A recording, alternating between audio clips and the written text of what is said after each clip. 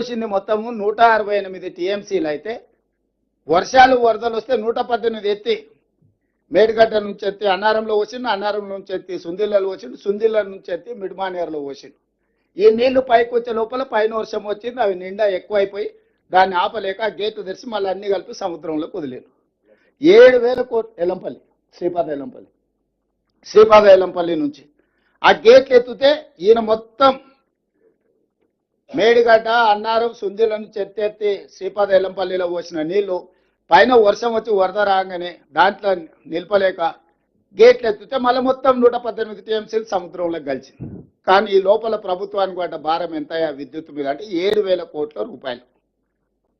1,00,000 కోట్ల ఖర్చు, 7,000 కోట్ల కరెంటు బిల్లులు కడితే ఇచ్చిన ఎన్ని ఎకరాల కంటే 50,000 ఎకరాలకు నీళ్ళు ఇచ్చిండ్రు.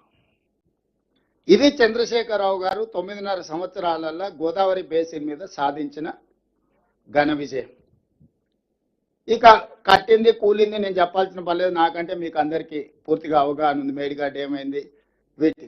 ఈరోజు ఈ ప్రాజెక్టును మనం సరైన విధంగా ముందుకు వెళ్ళాలి, దీన్ని ఏదో రకంగా దీన్ని ఉపయోగపడేటట్టు చేయాలనే ప్రయత్నం చేస్తే మన దగ్గర ఈరోజు నిధుల సమస్య, నీటి కేటాయింపుల సమస్య.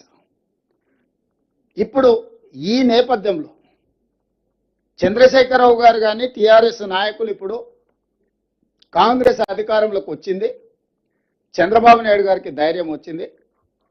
గోదావరిలో ఉన్న నీళ్లను బంకచర్ల అంటే దాదాపుగా కృష్ణా బేసిన్ పైన పెన్నా బేసిన్, రాయలసీమల అవతల ప్రకాశం, నెల్లూరు అక్కడి వరకు తీసుకెళ్తున్నాడు. ఇది కాంగ్రెస్ పార్టీ ఈ ప్రభుత్వం ఇచ్చిన అలుసు. ఇది స్థూలంగా వాళ్ళు చేస్తున్న ఆరోపణ. ఈ నేపథ్యంలో మిమ్మల్ని అందరినీ మనందరం ఇక్కడ కూర్చొని జరిగిన నేపథ్యాన్ని వివరించుకుంటూ ఏ విధంగా వాళ్ళు అబద్ధాలు చెప్తున్నారు, ఈ అబద్ధాలతోని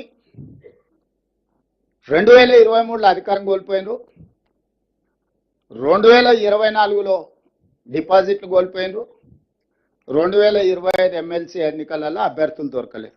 ఇది ఆ పార్టీ రాజకీయ పరిస్థితి. ఒకరోజు అధికారం పోయింది, రెండోసారి డిపాజిట్లు పోయినాయి, మూడోసారి అభ్యర్థులు దొరకలే. ఇప్పుడు ఆ పార్టీ నందుల పునరుజ్జీవనం కాదు, రిజర్వేషన్ ఆఫ్ రివర్స్ కాదు, రిజర్వేషన్ ఆఫ్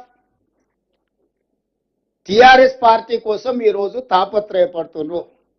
ఇది నర్దుల పునరుజ్జీవనం కోసం చేస్తున్న ప్రయత్నం కాదు. ఆ పార్టీని పునరుజ్జీవింపజేసుకోవడానికి నీళ్ల సెంటిమెంట్ను వాడుకోవాలి. ఈ నీళ్ల సెంటిమెంటే తిరిగి మళ్ళీ పార్టీని బతికిస్తుంది. దానికి భూతంగా ఆ పక్క రాష్ట్రంలోనే ముఖ్యమంత్రిని, ఈ రాష్ట్రంలో ఉన్న ప్రభుత్వాన్ని ఒక భూతంగా చిత్రీకరించాలని కుట్రలు ఈరోజు క్షుద్ర పూజలు చేసినట్టుగా ఆయన ఫామ్ హౌస్లో కూర్చొని ఒక ఆలోచన చేస్తున్నాడు. ఈ క్షుద్ర పూజలు చేసే ఫామ్ హౌస్ నాయకుడికి ఈరోజు ఇదొక్కటే జీవనాధారం అని ఆలోచన చేసి మనల్ని బదనాం చేయాలనుకుంటుండు. అందుకోసం వాస్తవాలను వివరించడమే కాకుండా ఇంతకుముందు ఉత్తమ్ కుమార్ రెడ్డి గారు చాలా వరకు మా ఆఫీసర్లు అంతా చెప్పారు, ఈ గోదావరి రివర్ మేనేజ్మెంట్, గోదావరి వరద జలాలు పోలవరం తర్వాత సముద్రంలో కలిసే నీళ్లు వరద జలాలు అనేది ఒక లెక్క తేల్చిండ్రు.